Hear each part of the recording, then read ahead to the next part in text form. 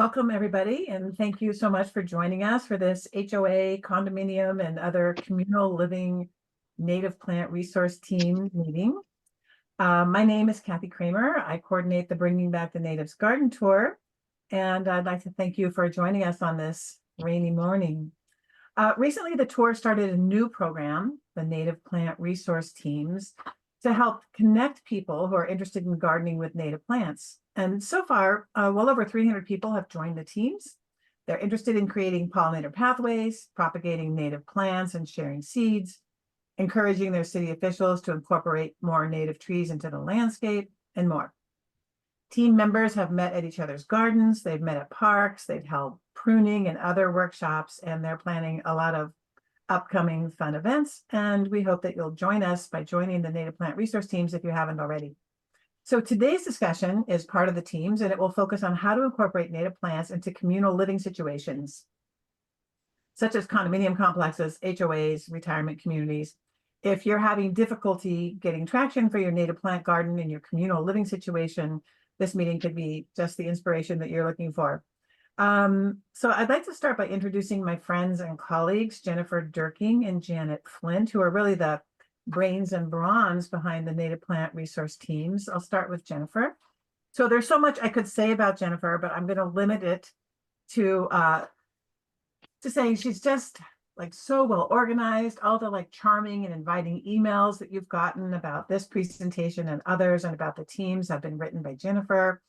And yesterday she organized the most fun choose your own adventure day in Bolinas, and about 30 people from the resource teams met in Bolinas at the Coastal Cafe for an outdoor brunch, and miraculously it did not rain on us. And then we visited the legendary growing grounds at Larner Seeds and had a private tour from Judith Larner.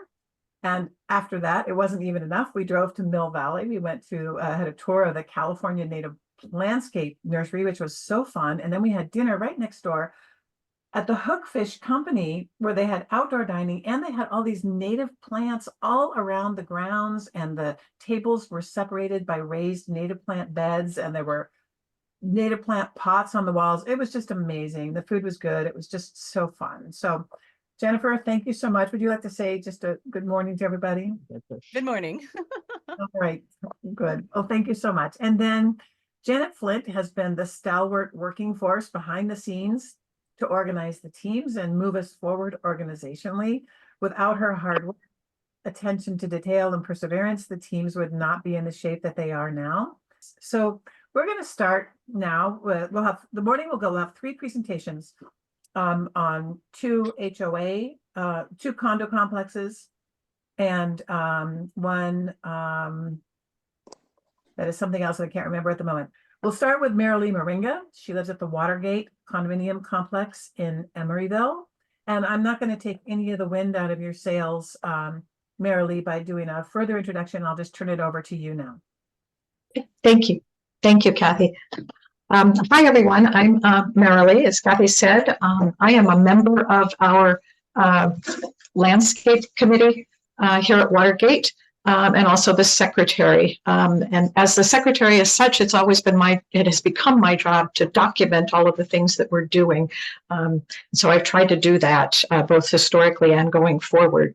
Not all the details are there yet, but bear with me. I'm very happy to be speaking with you today. What I'll be talking to you about today is giving you a bit of an overview about Watergate and some of the challenges that we face as a condominium. And then I'm going to touch briefly on a couple of the projects that we've worked on in the last few years. Thank you, Jennifer. So Watergate is a large complex on the Emeryville Peninsula. We're immediately adjacent to Interstate 80, and many of you probably go by us if you're driving on Highway 80 to get onto the Bay Bridge. Watergate itself was built over a period of years in the mid to late 70s, so about 74 to 1979. It was originally intended to be apartments, but in 1979 and the early 80s was converted into condominiums. There are 1,249 apartments in the complex. None of the buildings are higher than 4 stories. And we span in our grounds about 24 acres in total, and that includes the buildings, our tennis courts, as well as all of our planting. So you're looking at an overview picture of the Watergate complex, looking east to west. And so you can see our property has a lot of south front along that street that you're seeing, as well as a lot of north front on the other side of the bay. And that presents us with some interesting planting challenges. The physical buildings themselves, if you look at them for just a moment, you can see there's a lot of notched areas along the sides of the buildings, and those create shade zones and protected zones, and in some places they create very hot zones because the south sun just bakes up against the stucco buildings, and any of the plants that are in that area are subject to a lot warmer than they might be if they were located elsewhere.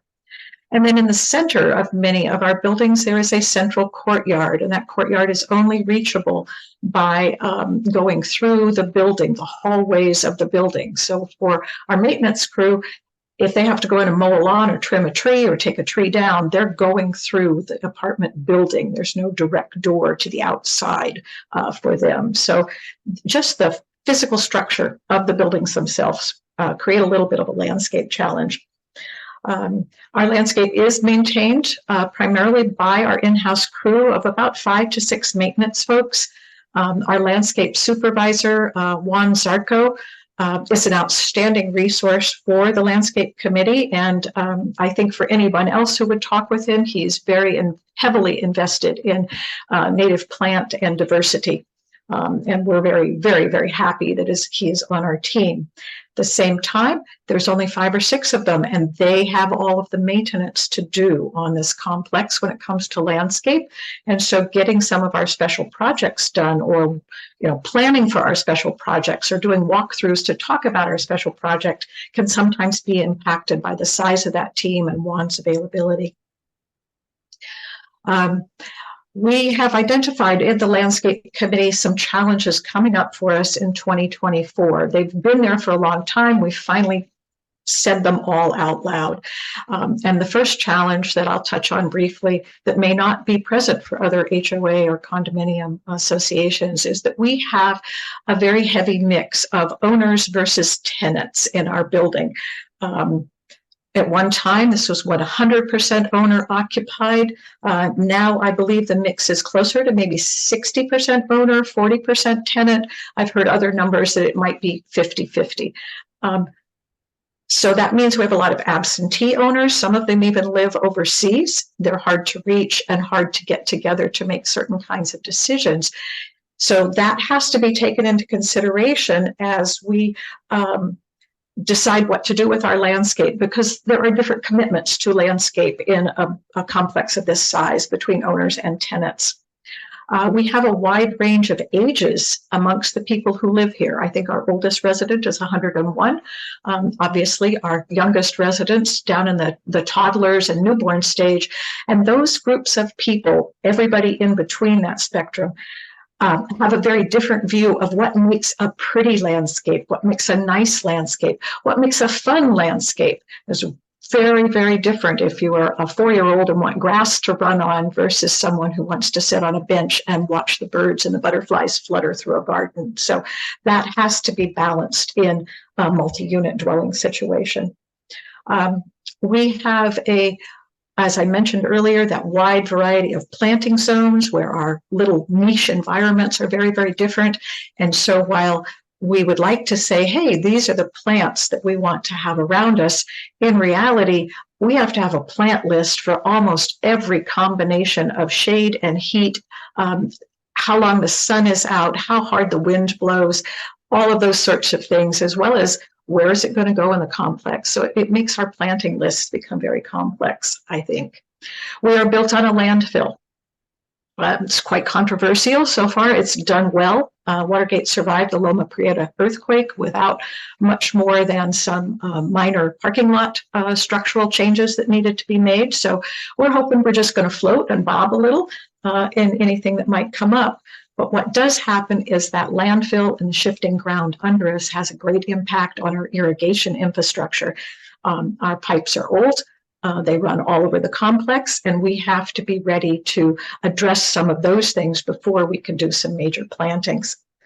That being built on landfill also means we have very shallow ground for our trees, and some of our trees are up above the height of our building. The picture you're seeing is several years old. The trees that are behind me are 4 stories high. Those are the tops of the trees outside my 4th floor apartment. So that how we're built and the fact we're on landfill very much impacts our decisions about what we can plant.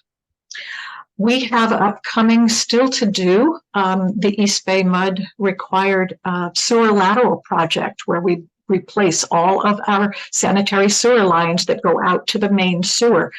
We are delayed a little bit because the city of Emeryville still has some work to do on the main line that runs out into this landfill. But because of the impact to our acreage of the sewer lateral project, we will hit some of the model water efficiency landscape ordinance requirements. We have to begin replacing all of our plants because we hit their limit. At any place that we dig up something for our sewer laterals, we have to meet the minimum water standards. And those standards do not specify yet native plants. And we're fighting very, very hard to not just have somebody put in birds of paradise and agave plants, which is what the architects of the project have specified. We want them to get in our native habitats. So that is something we're working on very, very focused in the next couple of years as we begin that sewer lateral. So those are our challenges. What I'm going to talk with you today about is a project that actually started in 2013. And we're going to learn a couple of lessons from that. And then I'm going to touch briefly on a project we started in 2022 and we completed in about 8 months. So Jennifer, if you'd go to my next slide. In the heart of our complex, we have what's called our green belt. It runs from one end of the complex to the other, so it's a couple blocks long. These were what the beds looked like in 2013. As you can see on the right-hand side of the screen in the east bed, a lot of our lawn area was compacted. The trees that were put in these lawn planting areas were trees that were not necessarily happy about being in a lawn that was watered constantly, and so they didn't thrive very well. You can see some buds, you see a few blooms on them, but by and large, these trees are busy dying, even back in 2013. The east bed was much more compacted and wet than the west bed, but this is pretty much what our green belt looked like, and there was a strong desire to bring more color and more variety into that area. In the background, you can see our attractive beds of ivy. And honestly, whoever said earlier that they were done with agapanthus, I understand, but I do maintain I would love agapanthus over ivy any day. Next slide, please, Jennifer. By 2018, the beds had been turned into large piles of bark dust. Stepanie will talk a little bit later about how this process is done, but we basically had the trees removed. We laid down compost, we put down cardboard, and we put mulch on top of it. That is an appropriate set of steps to meet the East Bay Mud lawn rebate project, but it wasn't done with their approval. And so we'd reached this point and we had no way to take advantage of their rebate program, which is a program well worth taking advantage of. So what you mean is that you started the project before you'd applied for the funds, and so other before we even applied for it, yes. Apply and then do the project. Okay. Yeah, and I'm going to emphasize that one more time. Whether you're here with East Bay Municipal Utility District or you're in Southern Alameda County with the Alameda County Water District, they have a similar program. Figure out what you're going to do. Document what you're going to do, fill out their documentation, and get it approved before you start pulling out a tree or covering a lawn up. Okay, would you go to my next slide, Jennifer? This is an overview of these 2 beds, and I want you to see what I'm going to talk about next is the west bed. It's nice and bright and sunny, and there aren't too many trees around it, right? On the east bed, it's ringed in trees. One of those trees is a beautiful California pine that drops needles and other the pollen debris, as well as pine cones, pretty much all the time. It's a lovely little area, but it is 2 different beds. And would you now go to my next slide, Jennifer? The second lesson that we did not learn until after the beds got planted is that, oh, you should pay attention to all that shade and the droppings from your pine trees. You should pay attention to where your sun is. We put in, these beds are 90% native beds. There's about 17 different species planted, but the same species went into both beds. Very different growing conditions. This is a picture in 2023 after the beds were planted. The west bed is beautiful. It's absolutely gorgeous. It's always covered in things. The east bed, not so much. So that's my second lesson, is pay attention to your planting zones. We went ahead, and next slide, please, Jennifer. We took what we learned and we went to one of our inner courtyards. We went to 1,300 square feet of lawn, which by using the, now I've totally forgotten the lawntogarden.org's water calculator. We determined that we would use 45,000 gallons of water per year to keep this lawn green. And that's all we did, was keep the lawn green with that much water. Would you go to the next slide, please, Jennifer? We used the East Bay Mud Rebate Program to pay for the plants and the hardscape, as well as everything we needed to change our irrigation system from the spray sprinklers to a drip system for this bed. So this is 900 square feet of native garden, and it's only using about 8,700 gallons of water a year. That's a substantial savings. And it was those numbers that sold this conversion project to our board of directors. That's a pretty substantial water savings, as well as the reduced maintenance, the fact that the maintenance guys didn't have to haul a lawnmower into the building in order to get that lawn mowed. The residents that surrounded this courtyard, we kept in the project from the beginning. We said, we're going to replace this lawn. We're going to replace it with things that bring birds and butterflies in. They asked for a walking path through the garden, which we accommodated for them. We talked to each of the residents around the apartment or around the courtyard and asked them, what else do you want to see in this garden? Our residents were thrilled. They have been the biggest supporters of us doing this to other courtyards within the complex. And so that would be the third thing I would say to you, is show your project before you have outside help coming in, before you put your proposal together for East Bay Mud. Show your project to your residents to get them on board with what you're doing. We do, as a landscape committee, a lot of ancillary education through our newsletter. We always have a this year bird, or this month bird feature, or butterfly feature, or this particular flower is bringing these birds and butterflies to your area, is a way of acquainting folks who are not ready yet to accept a native garden. And I don't know that I left enough time for questions, and I apologize. That's okay. Are you done with your presentation? I am done. Oh my God, that was marvelous. What a fantastic job you've done. Thanks. So, can I just ask before we move on, so who is the we? The we is the landscape committee? When you say we? The we is the landscape committee. Our in-house landscape staff does the work, but the we, the organizing, the filling out, the paperwork, the presenting to the board to persuade them comes from our landscape committee. Our excellent chairman is Maggie Johnson. She succeeded Sam Fushi, who I think some of you may know, and we have 4 other members, and we just keep persevering.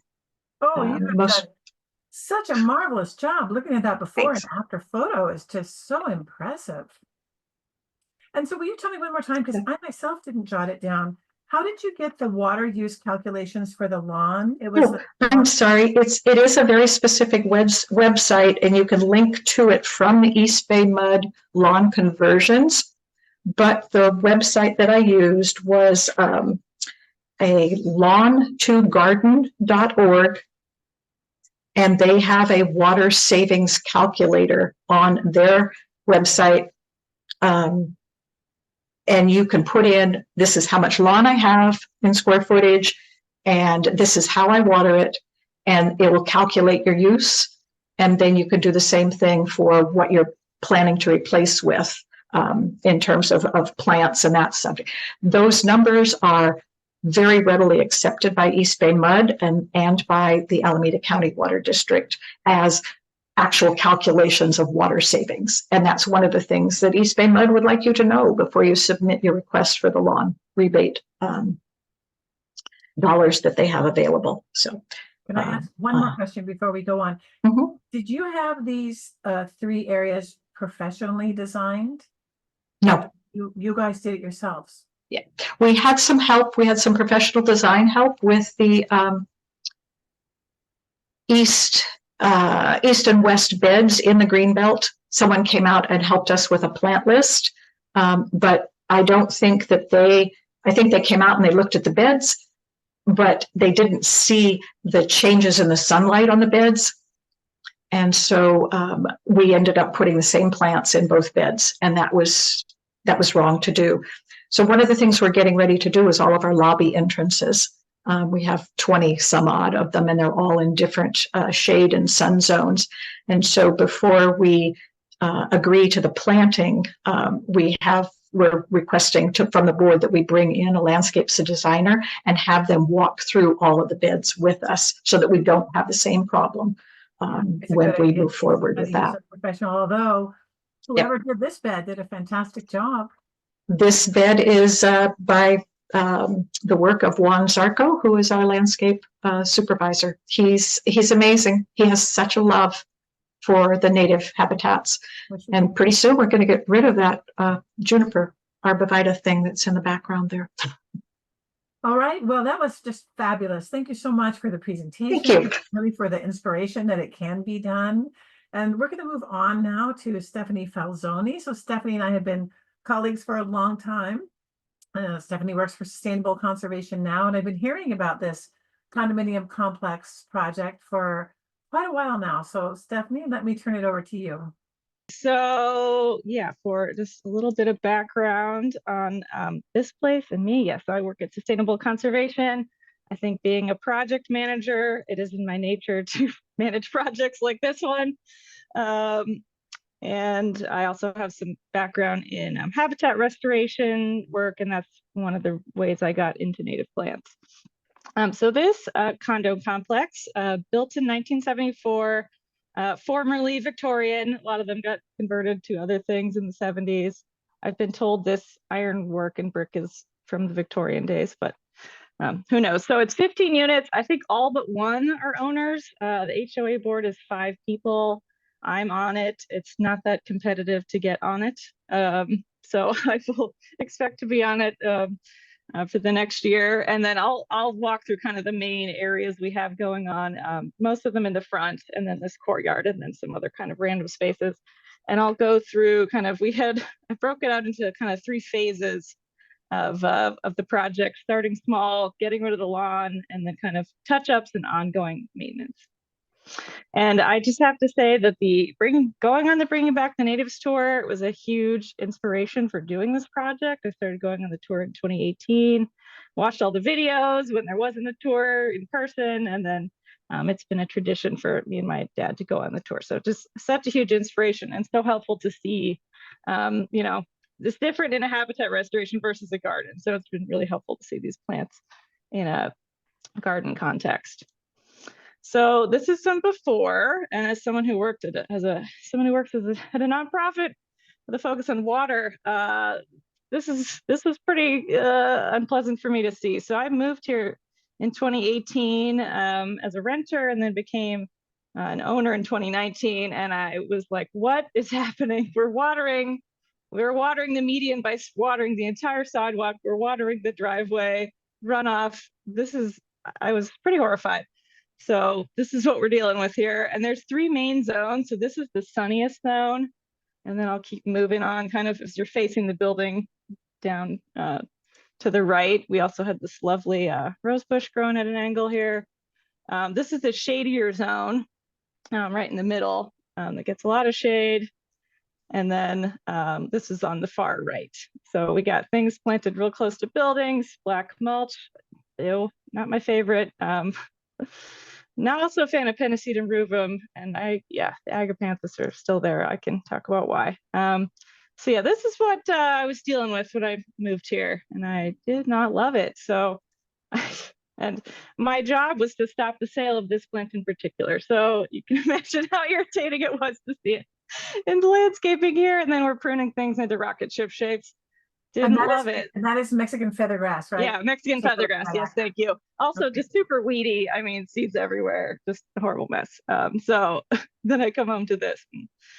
So so those are the main front three areas, and then there's also this courtyard. So this is what this looked like in 2018 when I got here. Also, yeah, interesting stuff happening here.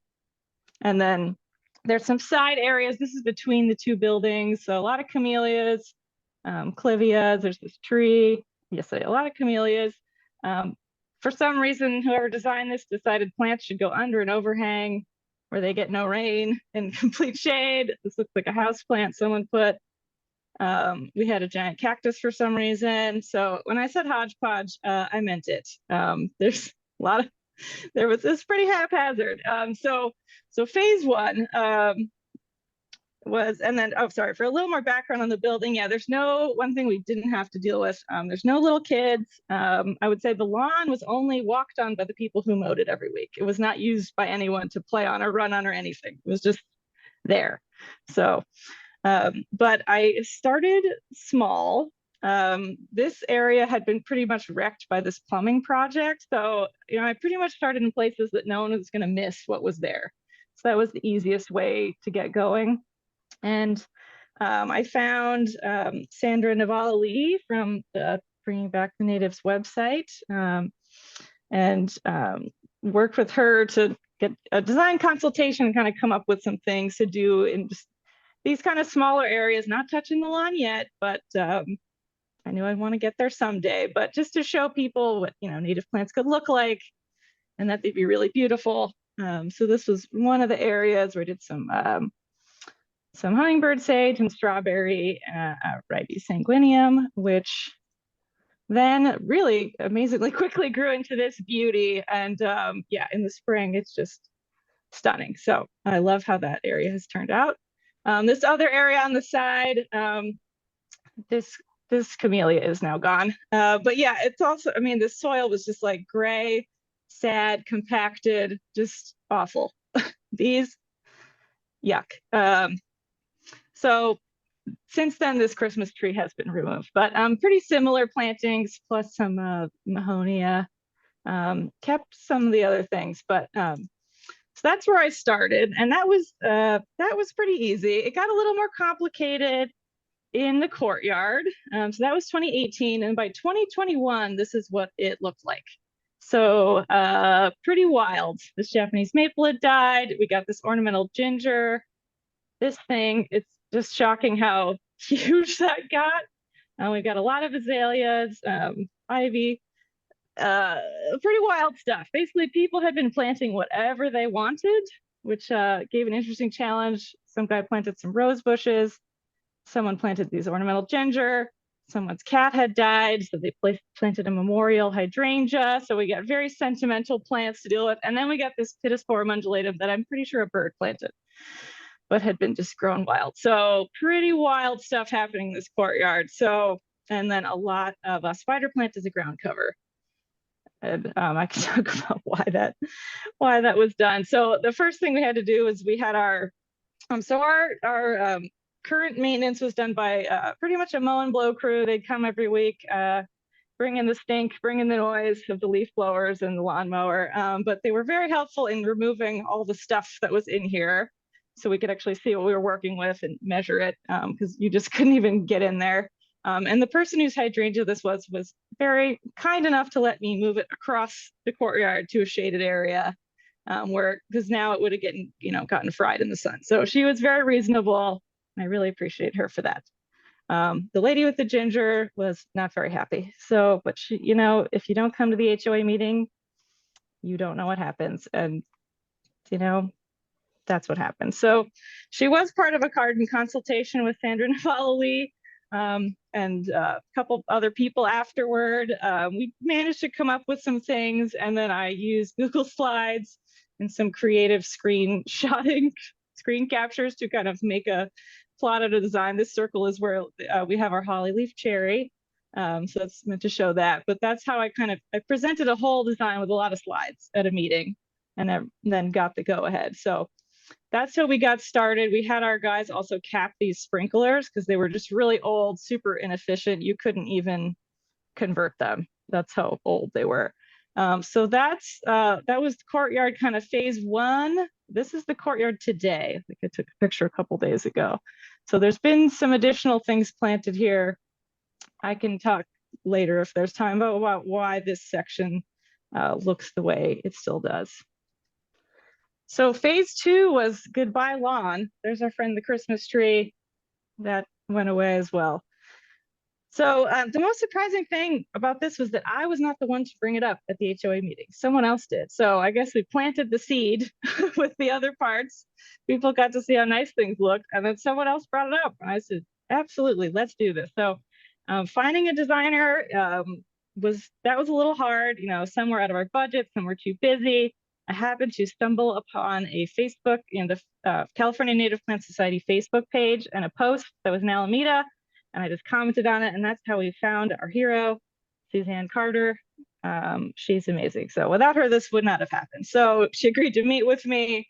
I got approval for a budget to work with and to go ahead in a meeting. So Suzanne worked with me to measure the yard. We made these fun drawings for the East Bay Mud rebates, and I have more tips that I don't really have time to give. But if people want more tips, we're not going to. So go ahead. And okay. Take time, Stepanie. Okay, I'll add some tips because there were some key lessons I learned here about that. But yeah, so and as far as getting input from people, I did say, you know, if there's anything you'd really like to see, let me know.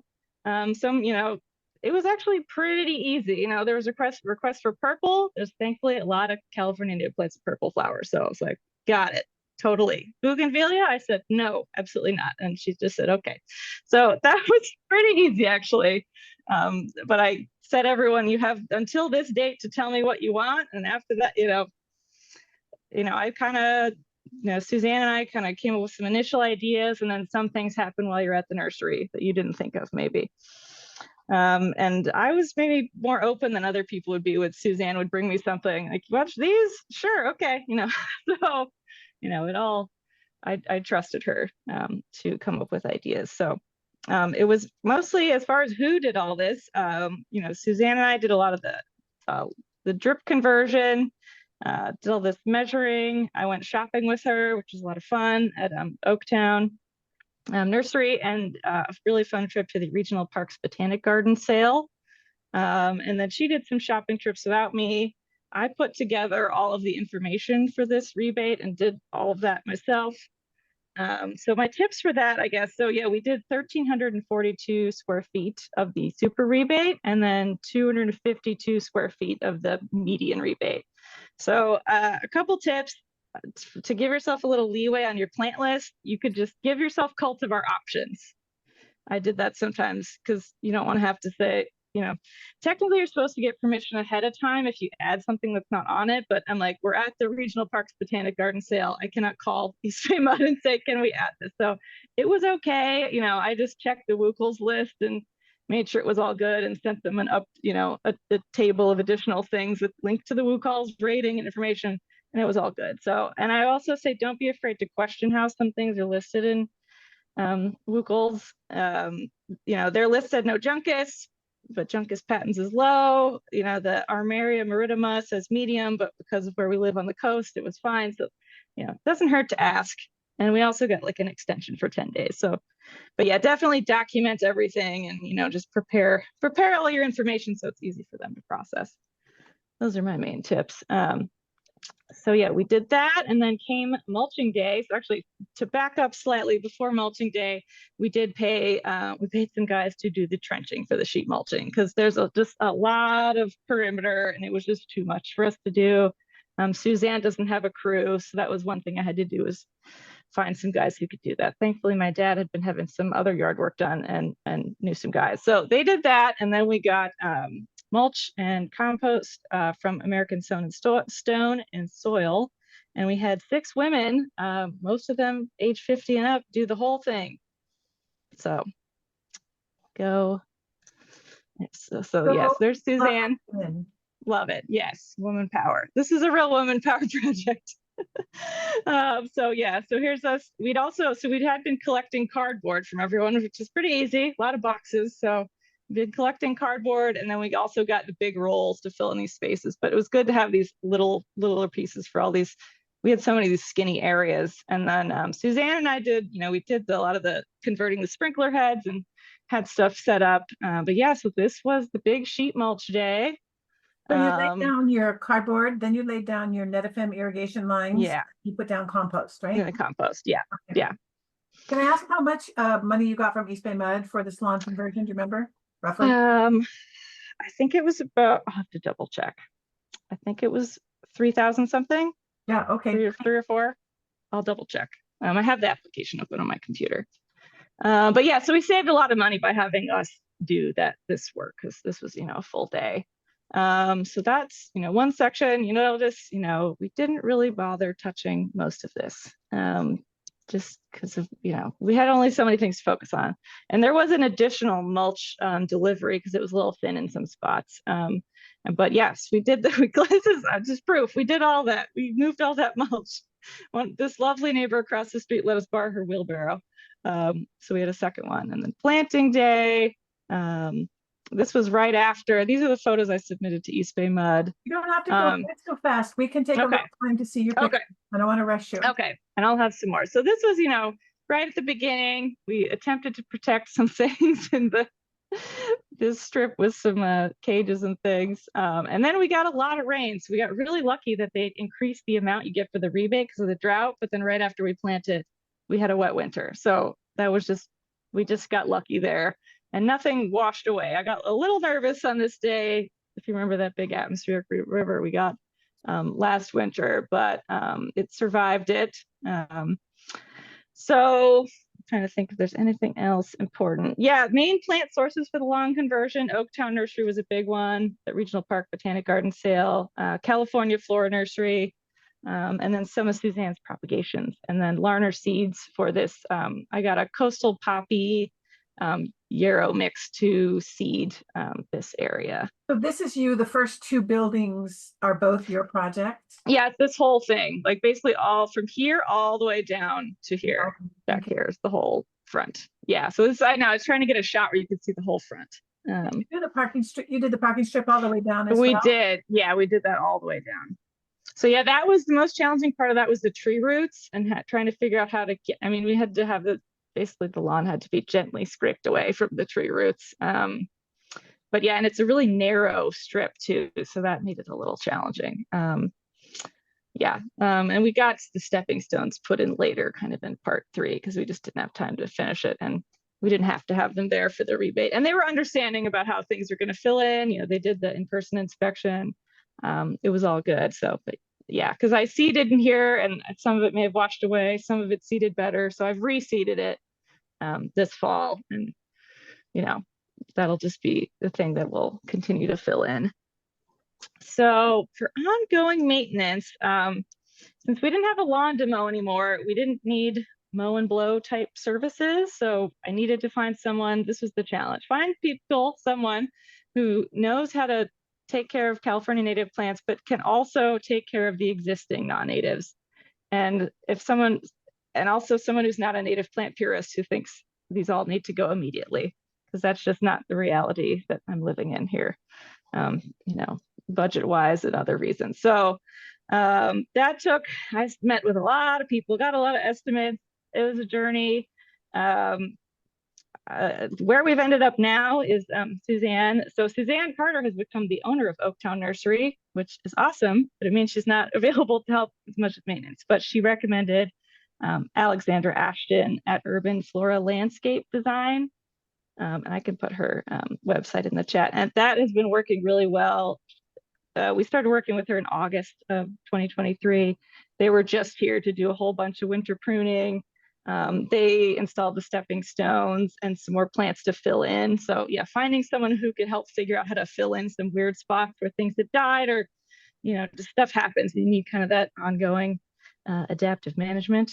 So she's amazing. She also has the same 2 people with her all the time. That was a problem with the previous group, is there was a new person and things went wrong. And so I appreciate the consistency. And then we still. Let me pop in for 1 second, say that Alexandra Ashton's contact information can be found under Find a Designer on the Bringing Back Native Furniture's website. So you can put that when you have a moment to breathe, but also if people just want to find it later, they can find her there. Yeah, she's amazing.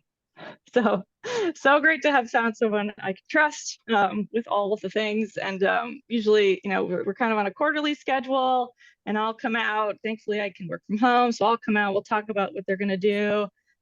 They do it, and it's been all good. So now that it's quarterly, we used to have guys come weekly, so that's a big shift. And we still needed someone to do kind of the more frequent leaf blowing, just to keep the pads clear. So we bought ourselves an electric leaf blower, and that's in our laundry room here, and it gets charged in there. I use it a lot, and then there's also someone here who gets paid to do some other maintenance work, and she does some of it as well. And then I do just a lot of weeding, and I guess I'd say I'm the landscape coordinator.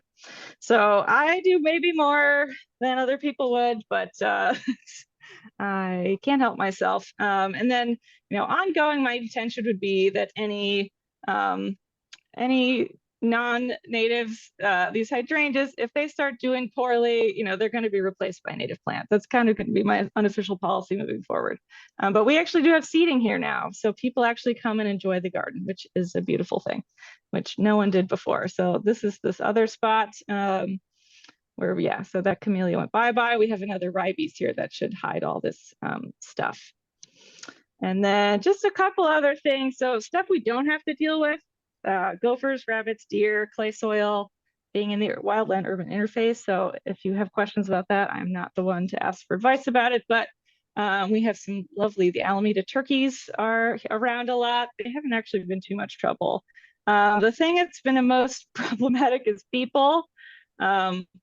And their dogs and children and their cats. So that's why we had to install this some sort of barrier, because people kept walking in it. And this happened on Friday where it got yanked out, part of it. And this poor Salvia Winifred Gilman got beat up on. So that's an ongoing thing I have to deal with. The cats, that is why we had to have a bunch more rocks installed. Basically, the solution has been rocks, artful reuse of Japanese maple and other branches. And then there's some places in the garden that someone else can just deal with, like this one.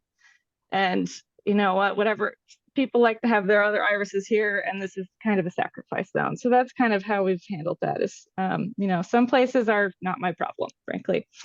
But reasons why I do this is to end on a light note is, you know, we've got to successfully raise some monarch babies, and I got to see this one pretty fresh. Freshly emerged. We've seen bees I haven't seen before here, the white-lined sphinx moths, we had ladybugs showing up. So that was all very exciting. And then my final slide is just since winter, it's a little gray right now, but just all the beautiful flowers. I have a whole album of photos where I document everything that's in bloom anytime. So, and then I'm happy, you know, when people want to talk about the garden. There was some lady who walked by on Friday and was like, I love it. And she's like, I love Winifred Gilman sage. So those are, you know, I'm happy to talk to anyone who wants to stop by or walk by about the garden and give them advice. And then, yeah, all the flowers and all the insects that they bring just really make all the effort worth it.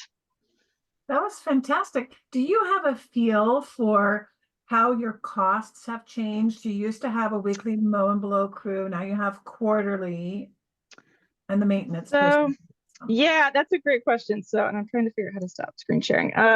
So it's kind of evening out because we had kind of this first bill seemed like a lot, but when I divided it by 3, it's a little less than what we would have been paying those other guys monthly. So we'll see how that progresses throughout the year because this was kind of a big, they pruned everything kind of visit. So yeah, so it's been about the same, and that was one of the challenges is I couldn't have any more money in the budget for maintenance than we had before, but I needed to find people with the right skills for this job.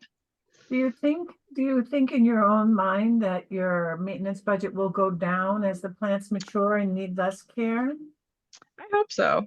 And maybe we'll take some of that budget, maybe use it to replace some things over time or remove other non-natives. But yeah, it's my hope. Well, that was beautiful. Thank you so much. It was just great to hear it. Thank you.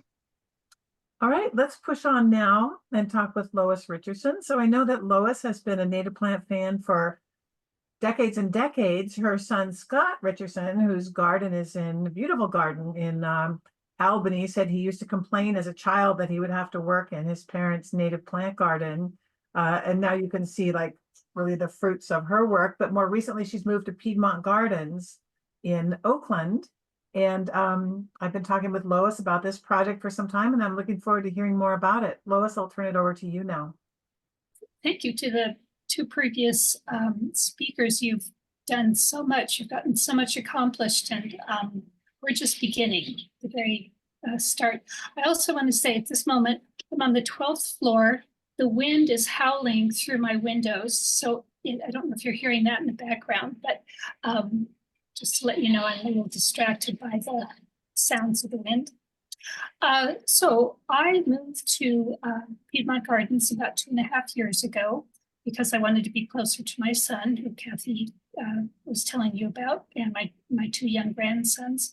And when I was looking for a retirement community, I chose Piedmont Gardens because there's so much activity and so much encouragement from the administration to participate in all sorts of activities. There's so many committees, something like 24 different committees on all sorts of topics. And I encourage you to pursue the interests that you had before you came. And of course, mine is plants, ecology, wildlife. So I chose Piedmont Gardens, and then one of the first committees I joined was the ecology committee. Wonderful group of people.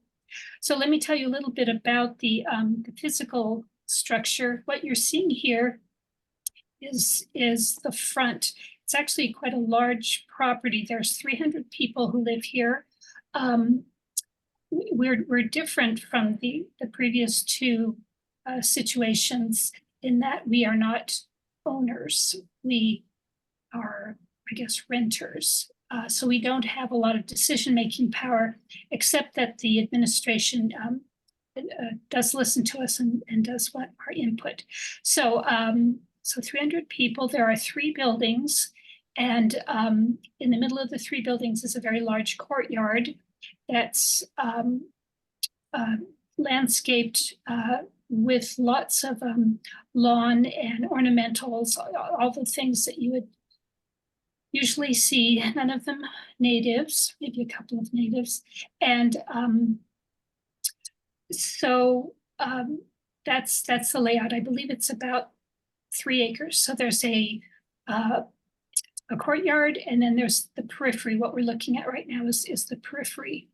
So landscaping last year came to the front burner of everybody's attention because the buildings are going to be earthquake retrofitted, and a lot of the landscape is going to be disturbed. And people were very concerned because the landscaping is quite mature, and people are very attached to it, rightfully so.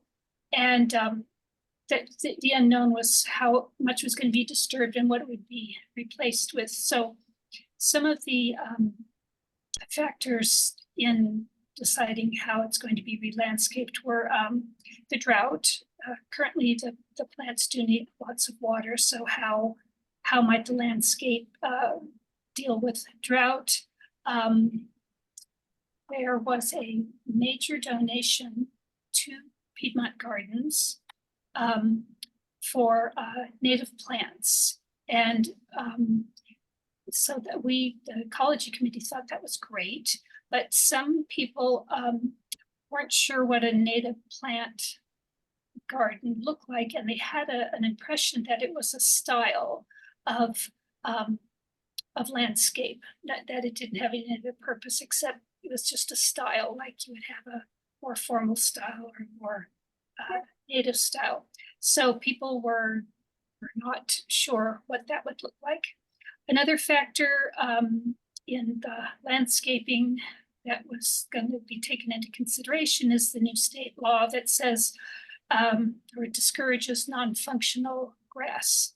And I think by 2027, all non-functional grass has to be watered with non-potable water. You can't use potable water to water your lawn. So there was that consideration. And then finally, there's this, as people talked about before, the East Bay Mud, their generous lawn conversion rebate that would be a factor in how much lawn perhaps would be included in any new landscaping that had to happen. So again, the ecology committee was very interested and concerned. So we formed a subcommittee called the Eco Gardening Committee. And one of the first things we did was go to Kathy Kramer, because and the wonderful website with all the resources to talk to her and so on. And it was on her website that we discovered the clouds parted, and we discovered Doug Talame. And it really completely, as many of you had the experience, just informed and enlarged and made us see the importance of having an ecologically functioning habitat. It's much more than just plants. It's birds, bees, pollinators, and so on. So we became excited about that. We talked to our executive director and brought him along. He's very open, wonderful administrator, very open to ideas. We gave him Doug Talame's book, Bring Nature Home. And we asked if we might have a plot of land someplace that's not going to be affected by the earthquake retrofit, to make a demonstration garden, to show people what it might look like to have an ecologically functioning garden. And he said yes. And one of the conditions, however, which we totally agree with, is that it needed to be attractive. It had to have function, and it had to be aesthetically pleasing. So he consulted with his administration and his people, and we were given a 200 square foot plot of land to make a conversion. And I just want to show on the slide, Jennifer, if you could advance this. Yeah, so this is where it starts. This is near the entrance. And then we're going, the next slide is continuing along this lawn. And the next slide is, if you can do the next one. There we go. Continuing down, and then all the way to the end of this building. One more slide. This area, there's roses and some geraniums and so on in there. So that is our, that's going to be our demonstration garden. Is it 200 square feet or is it 2,000? It seems bigger. I'm sorry, did I say 200? 2,000. 2,000, yeah. Thank Okay. you. 2,000. And of that, you can see how much of it is lawn. And so we're going to be applying for the East Bay mud rebate. And our calculation, the square footage of the lawn is 1,629 square feet. And so we can get a rebate of $4,073, which I think is so generous and will be so helpful in helping to pay for this project, along with this very generous donation that was given to Piedmont Garden specifically for native plants. Okay, so we got the plot, and next thing, back to Kathy Kramer and her wonderful website with all the resources, because we wanted to find a really good designer, someone who we thought could do knew the Doug Talamay principles. Oops, something just crashed. I don't know if you heard that on my patio. Sorry. We found Kelly Marshall, and we've been working with her, and she's just been wonderful. And then the next hurdle was to find someone to install the plan, because we only have, for the whole, I think it's 3 acres, we only have 1.5 gardeners. So this was more than they could do. And so I found an installer on a through a listserv. It's called Gardening with Natives. I don't know if any of you are familiar with that, but it's a online forum, and the Santa Clara Valley chapter of CNPS started this quite a while ago. And I would really encourage people to hop on that if they're interested. It's very informative, very interesting. And I put an inquiry in for an installer, and I found someone who's willing to install someone else's design. We did contact people on Kathy's list. However, we could not find any installers who would install someone else's design. They wanted to only do their own design. But we felt strongly enough about Kelly to keep Kelly and find this person's name is Steve Cochran to do that. And as far as the timing, as I say, we're applying for the East Bay mud, and we can't start a project until they've approved our plan. So it may not happen until next fall. So the last thing I wanted to say about this, and we have found that probably one of the most important parts of this project is to bring along the residents and generate enthusiasm and an understanding of what it is that we're trying to do, because there is some concern about what this is going to look like, and it's a change from the traditional landscaping. So we have tried to do a lot of educating and having various programs, and the tact we've taken, which is the one that I think is the most important, is that what we're doing is to generate an area that will attract birds, bees, butterflies, pollinators. And so not only can we interface with them personally and see them and be near them, but also contributing to the general need for habitat for biodiversity. So some of the things we did is we, last April, we shared the virtual tours of the Bringing Back the Natives. I think that, yeah, that was in April. And we also shared the how people could sign up for the in-person tours. We showed a wonderful video by Stepanie Falzone. It's called From Lawn to Native Oasis. And if you haven't seen that one, it's lovely. Can I just pop in for a moment and say that if anybody's interested in seeing that video, They Yes. can look on the Bringing Back the Native Garden Tour website.